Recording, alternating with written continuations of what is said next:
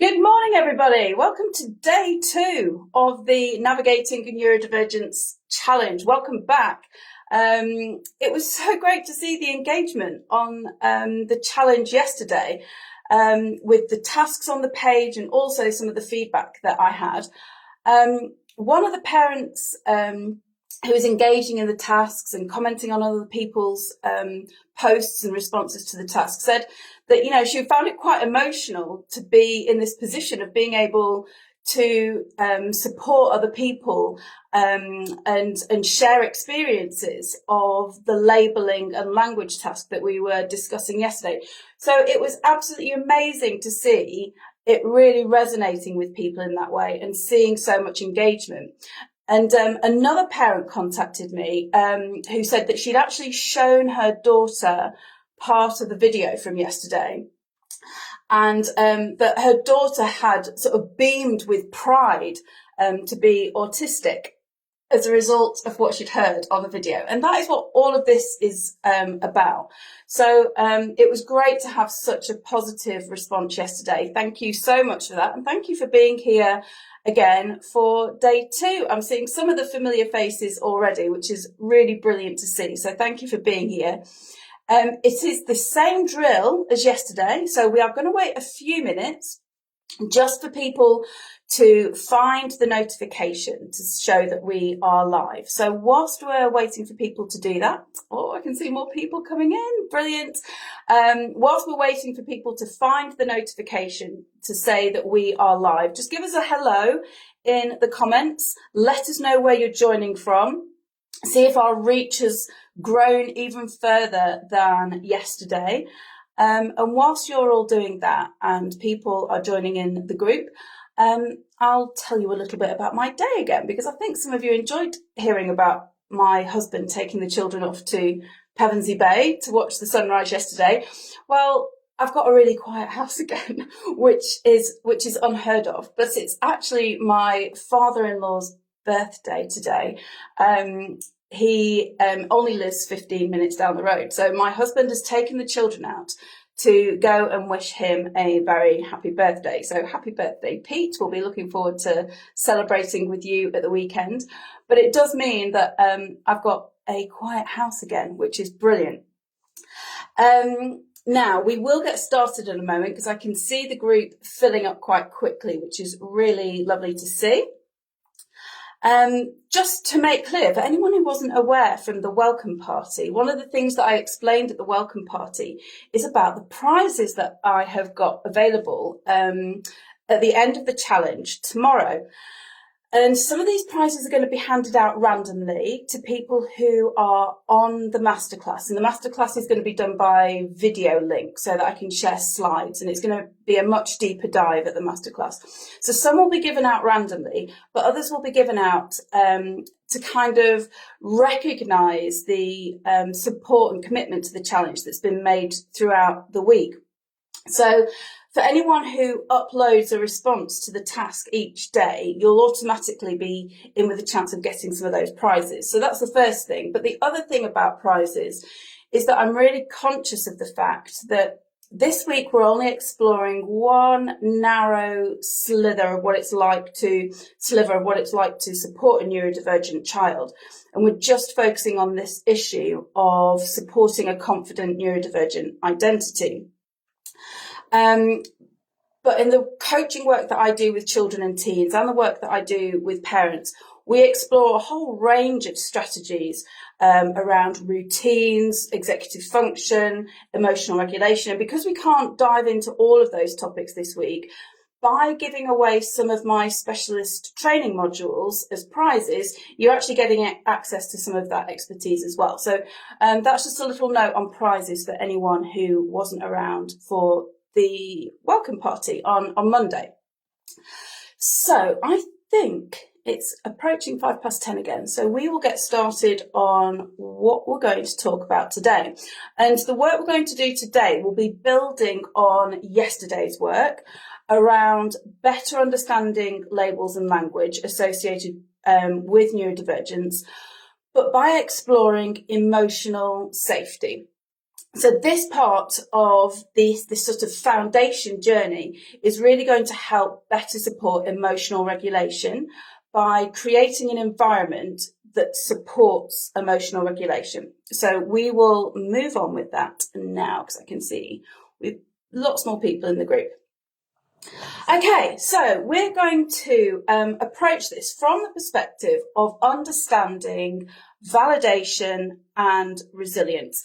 And I'm drawing on the work of Dr. Becky Kennedy quite a bit here, and she's really worth a follow if you are interested in this work, because I am going to be challenging you to look at what society tells us in a different way. And we're going to be exploring a new way of understanding and building resilience in children, particularly our neurodivergent children. And this is about helping them understand that their thoughts and feelings and ways of experiencing the world are valid and understandable with their neurotype in mind. And there is a reason that they experience the world much more intensely and have much more intense feelings and much more intense responses to their environment. And recognizing their reality is the starting point to helping them manage those intense feelings. So for context here, as you will all know, life can be genuinely much harder being neurodivergent, and for neurodivergent children, teens, all of us. So yes, we need resilience to be able to tolerate that increased level of difficulty in interacting with the world. But what I want to say today is that that is not about the old-fashioned form of resilience requiring you to toughen up or push through or demonstrate grit. And I'm not going to get political now, but, it was really disappointing that, we had the Education Secretary, Bridget Phillipson, saying she wants a generation of more gritty children. Well, what does that mean? And actually, this was one of the things I wrote about in the Times. I mentioned at the welcome party. I have quite a bit. My work is published in this area, and one of the articles that I wrote for the Times Education Supplement was around this idea of resilience shouldn't just be seen as grit. It should be seen more through a lens of grace. And if you follow me on my page, there are links to where you can see that article, because I believe that real resilience comes from self-awareness and knowing what you need to get through a particular situation. And we create that level of self-awareness by helping neurodivergent children feel understood and supported. And that's where validation comes in. So first of all, let's be clear on what I mean about validation. And this is coming from Dr. Becky Kennedy. Validation is about recognizing, accepting, and legitimizing the way that children, and for Becky Kennedy, it's all children, but I'm tailoring this to neurodivergent children, the way neurodivergent children experience the world. It's accepting that their reality in that moment is true. Now, it's not saying that every behaviour is okay or making excuses for them. It's not agreeing with everything that they say, and it doesn't mean that we can't hold firm, compassionate boundaries. We can validate their experience of this tough world that they are having to tolerate without necessarily agreeing with everything, but just by accepting their reality of exactly the same situation that we are experiencing, accepting that their reality can feel very different to ours is a really important starting point. And that's kind of the focus of today, because what they feel in that moment is real to them. They don't want to feel these negative feelings. It is very real to them in that moment. So we start by recognizing that rather than correcting it or dismissing it. And this matters particularly for neurodivergent children because their experience of the world is much more intense and confusing and overwhelming. And something I'm talking about on my page at the moment is why neurodivergent children's brains are more easily overwhelmed. And I'm not going to get all technical now, but this is to do with, it's partly to do with the role of the thalamus in the brain and how it filters information in the neurodivergent brain, how it filters a lot of the sensory information from our environment.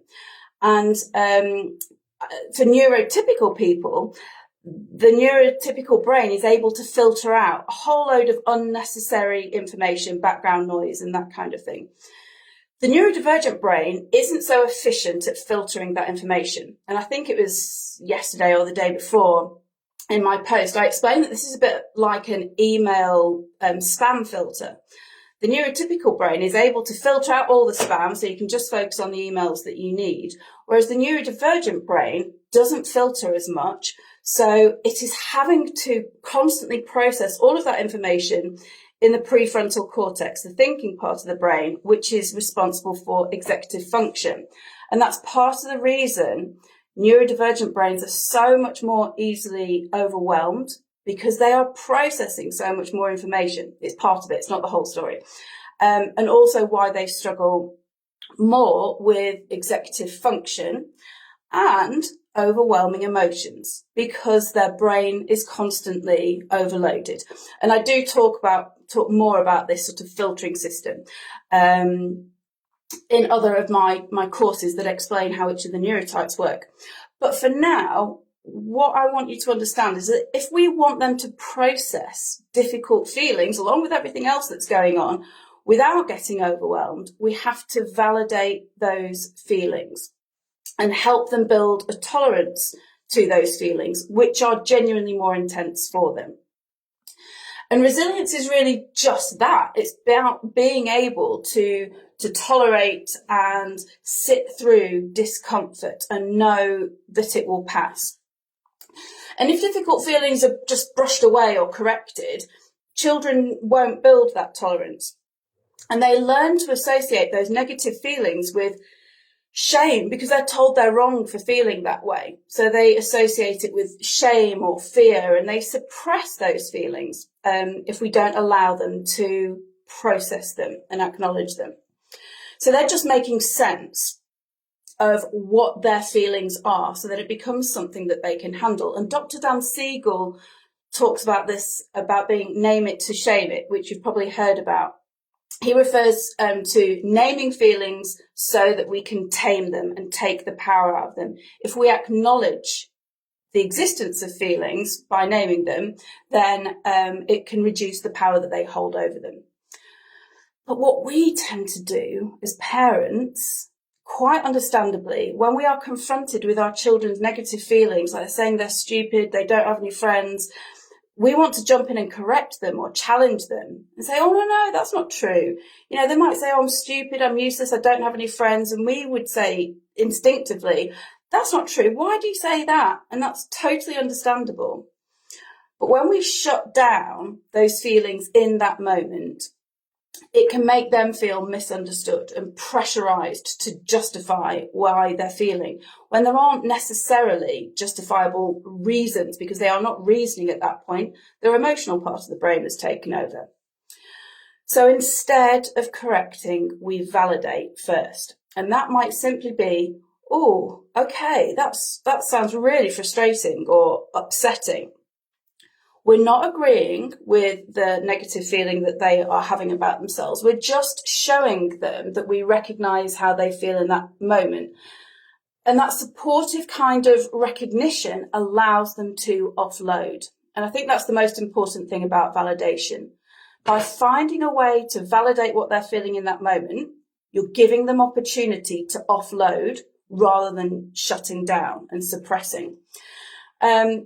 Because whenever there's any level of emotional activation, they are not going to be receptive to questions or challenging or explanations about why they're wrong to feel that way. So what I want to introduce you today to help with this whole validation process, to build resilience, to build tolerance to these feelings, is something that I call the accept, explain, reframe technique. And I will put up a little slide summarizing this after this live. But the idea here is that we accept the feeling and validate their feeling and give them space to offload. So that's what accepting is about. And it's finding a phrase that accepts without necessarily agreeing. So it might just be if they say that they think they're stupid and they can't do anything, we say something simple and bland, like, okay, that sounds like a really upsetting way to feel, and let them offload. So the accept phrase stage is giving them space to offload and not squash those feelings. Then we explain to help them build self-awareness. So the explain section is about building self-awareness.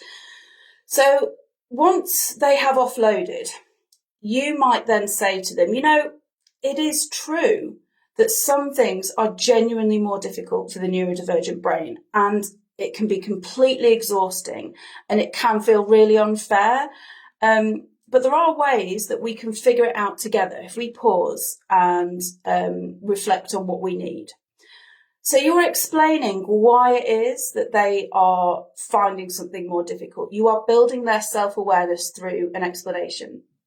And then we swing in with the reframe, which is building on the work from yesterday, where we use more empowering language. We help them change them or increase their sort of bandwidth, their perspective of the issue, because their thinking skills will have shut down whilst they were emotionally activated.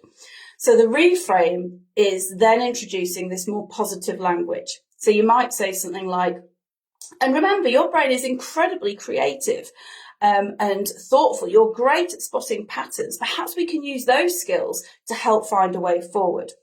So this is the accept, explain, reframe technique. Accept is you let them offload by getting the feelings off their chest. You explain and develop their self-awareness, and then you reframe by giving them a new perspective on their feelings.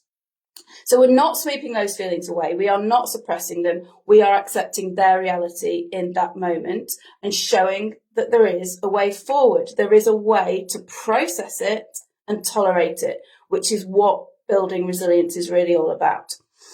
Now, a really important caveat here on timing, because this technique only really works with children who are expressing negative self-talk, negative feelings, low mood. It's not something to try in the middle of a full-on meltdown or even escalating distress. This approach, when practiced regularly, is about building resilience so that we have fewer meltdowns. This is not something to try in the moment of a full meltdown, which is when what they actually need is complete co-regulation, complete calm regulation. I try to avoid the word calm because my way of regulating is quite different to my ADHD son. He needs loud music and a pair of headphones to ground himself and to regulate, whereas I will go and do some yoga or something. So I try to avoid the word calm. But in meltdown, we need to help them regulate in whatever way works for them. This technique is to avoid meltdowns, not to deal with them. So just an important caveat on timing for this technique.